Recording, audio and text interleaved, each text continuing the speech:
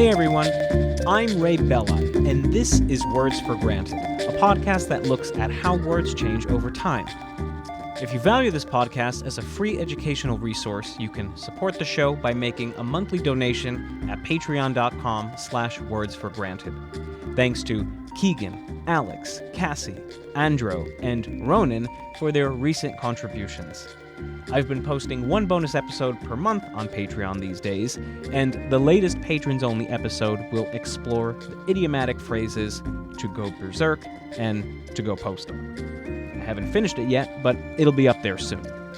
If Patreon's not your thing, but you still want to support the podcast, you can make a one-time donation at paypal.me/wordsforgranted. All right, let's get on to today's episode. Usually, I release the episodes of this show according to themes, but today's episode is a one-off story inspired by a passing factoid I read in Gaston Doran's book, Babel. If you've never heard of Babel, it's a great book, a classic in the blockbuster chart-topping genre of pop linguistics, and basically, each of its 20 chapters is dedicated to a narrative-driven overview of the 20 most spoken languages in the world. Anyway, the 9th chapter of the book covers the Malay language, and at the outset of the chapter, Doran provides a list of a few Malay loanwords that have made their way into English. These loans are mostly words for foods and animals native to the regions of Southeast Asia where Malay is spoken. Orangutan, cockatoo, paddy, satay, and pangolin are all English words directly borrowed from Malay. This is unsurprising. English speakers first came into contact with Malay en masse during Britain's colonial rule over the Malay Peninsula during the mid-19th century. As the colonial power, the direction of word borrowings between the two languages mostly moved in a unilaterally top-down direction from English to Malay, not the other way around. The kinds of words that English did borrow from Malay are words that it couldn't possibly have come up with on its own. For example, English couldn't have had a word for pangolin because the pangolin, which, if you don't know, looks like a scaly anteater and is one of my favorite animals, is not native to England or any of its neighboring countries. However, in Doran's list of Malay loanwords in English, there was one word that stuck out to me because it wasn't a word for local food, flora, or fauna. That loanword was amok. Traditionally, someone who is amok, or more idiomatically, running amok, is in a wildly violent or murderously frenzied state. Violent rioters might be said to be running amok.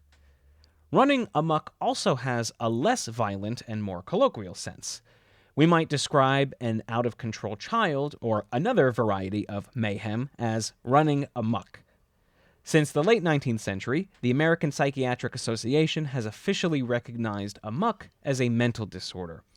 The psychiatric literature describes amok as a violent state motivated by rage or vengeance against a person or group, often associated with, quote, psychosis, personality disorder, bipolar disorder, and delusions, end quote.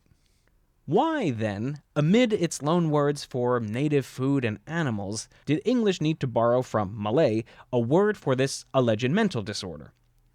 The story is complicated, and we'll get to that in just a second, but first, I'd like to take a moment and talk about the Malay language itself, since it's never come up in this podcast before, and likely won't come up again. Malay is spoken by roughly 280 million people around the globe, mostly in the countries of Indonesia, Malaysia, and Brunei. One might be inclined to call Malay Malaysian, but that's not right. Malaysian is the name of the standard form of Malay spoken in Malaysia. Indonesia also has its own form of standard Malay called, you guessed it, Indonesian. And although the two variants of the languages spoken in these countries are closely related, they differ in their vocabulary. Due to its colonial history, most modern Malaysian loanwords come from English. Indonesia has a different colonial history, so the bulk of modern Indonesian loanwords come from a mix of Dutch, Latin, and Javanese. Malay belongs to the Austronesian language family, whose other major languages include Javanese, and Tagalog. Some linguists have estimated that there are over 1,200 smaller languages and dialects in the Austronesian language family, which would make it the second largest language family in terms of distinct languages, behind the Niger-Congo language family. Malay is generally written in the Roman alphabet, although an older Arabic-based script still has a presence in Brunei. That's just scratching the surface, but I think it's enough to get us oriented. With that, let's dive right in to the fascinating history of the word and the condition of amok. The Malay form of the word, amok, has essentially the same meaning as its English derivative. It describes a person in a furious state of attack or killing spree.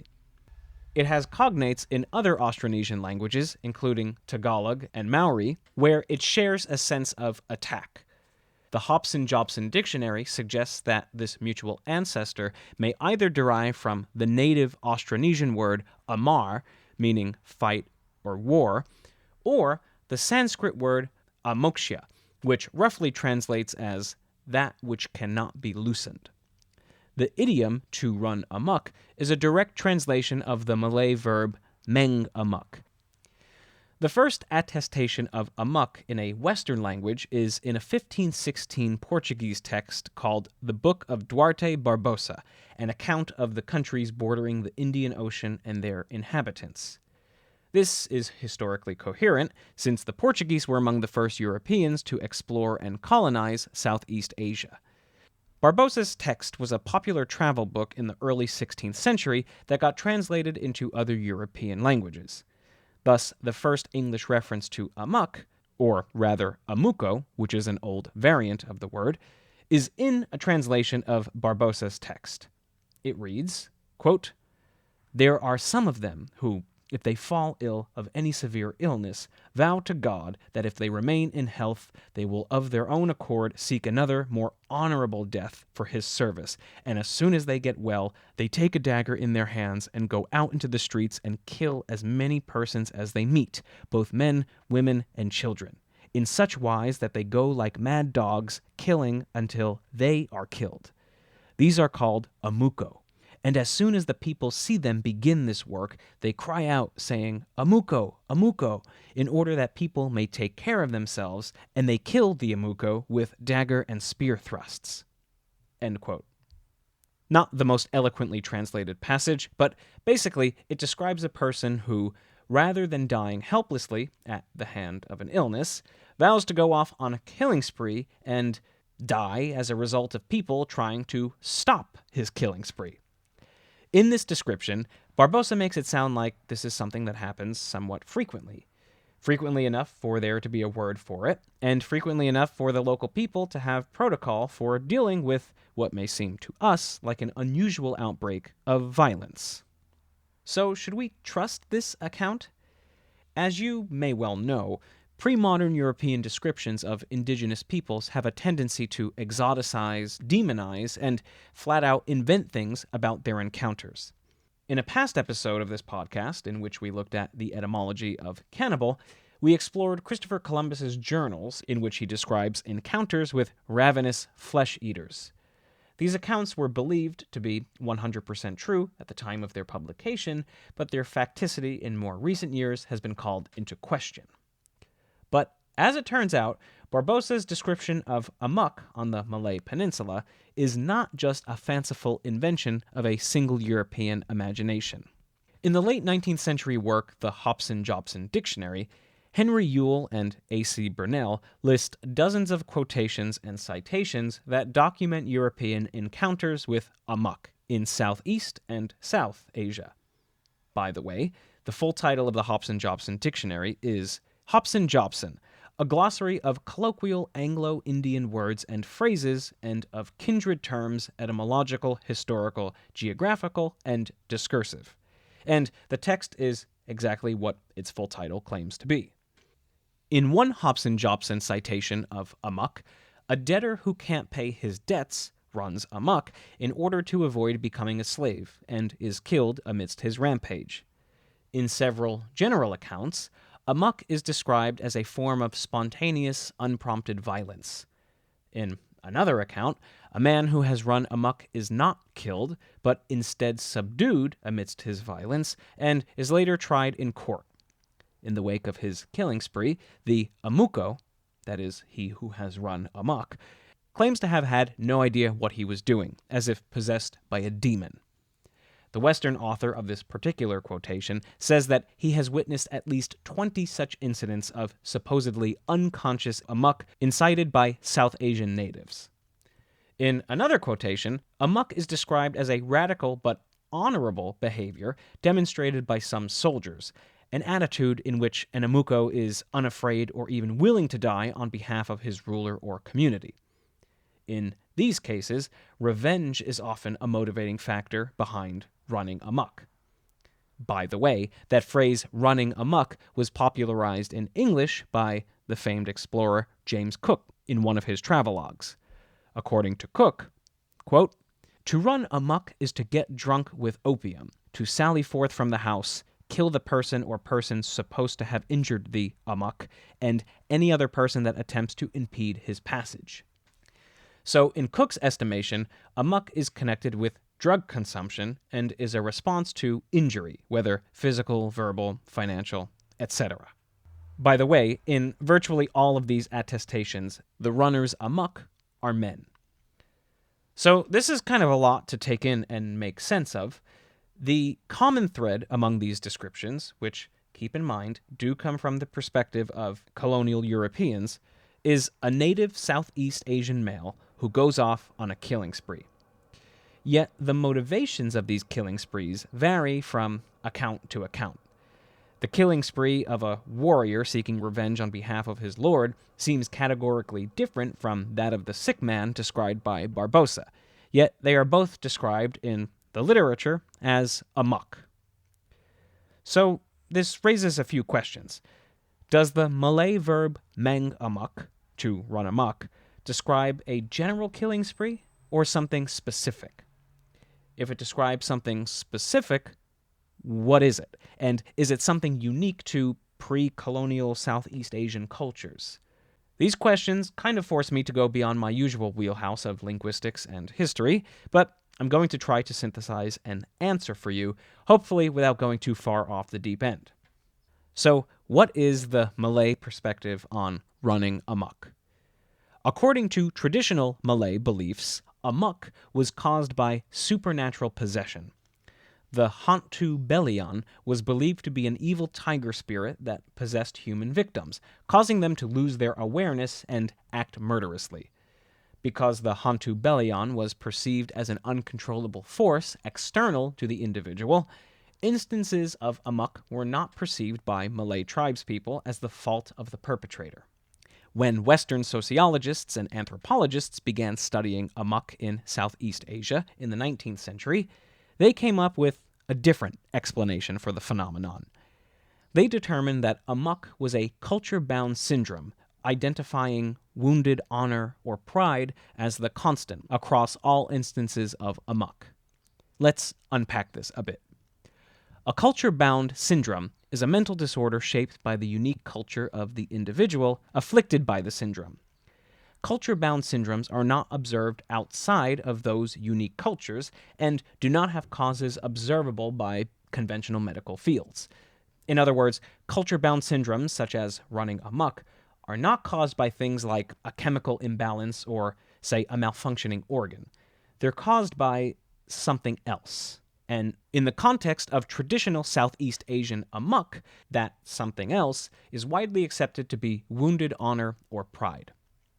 Let's revisit those accounts that describe revenge-seeking warriors running amok on behalf of defeated or disgraced leaders.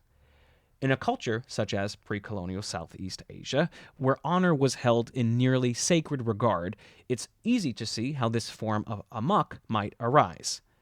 By the way, I suspect that the so-called warriors amok is the earliest form of amok, an inkling supported by the word's possible derivation from the Austronesian root amar, meaning war or fight. But how does this connect to seemingly unprovoked outbreaks of violence? Well, let's revisit just two other accounts of amok in the literature. First, A debtor runs amok in order to not become a slave and is then killed. 2. A sick man vows to run amok as soon as he has the strength to do so with the explicit intention of being killed in order to die an honorable death as opposed to dying helplessly in bed. I chose these two examples because the stakes actually seem quite clear. Both instances of amok are motivated by wounded honor.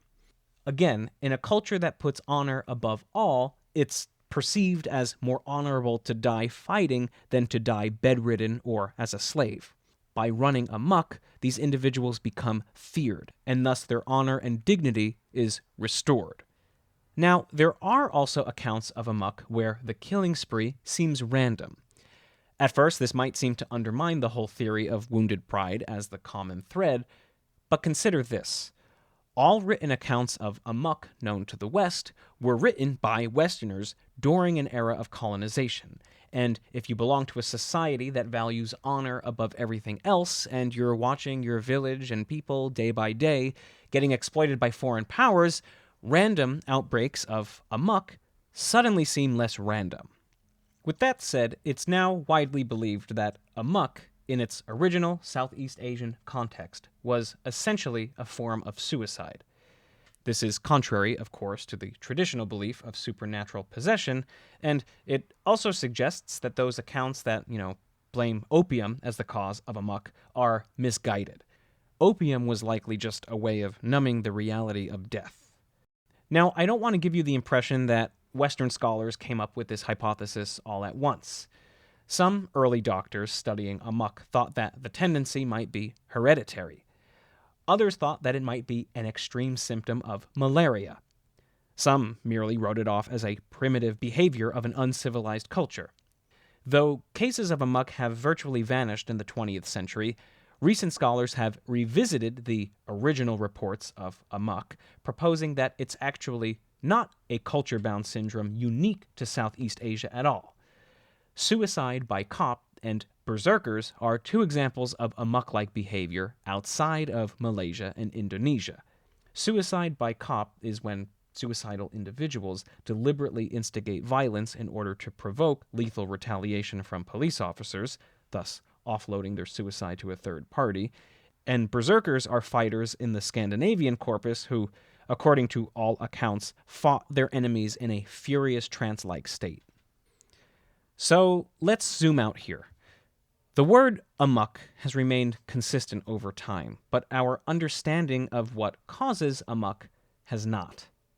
Depending on who is describing amok and at what point in history they're describing it, factors such as spiritual beliefs, cultural background, medical discoveries, academic knowledge, colonialism, post-colonialism, etc., all come into play.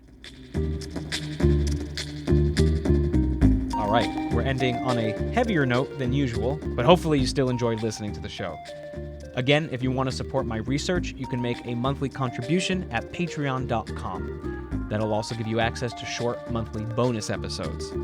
If you have any questions or suggestions for me, email me at wordsforgranted@gmail.com, and you can follow me on Twitter at @wordsforgranted for etymology of the day posts and other linguistic musings. Okay, I'll talk to you next time here at Words for Granted.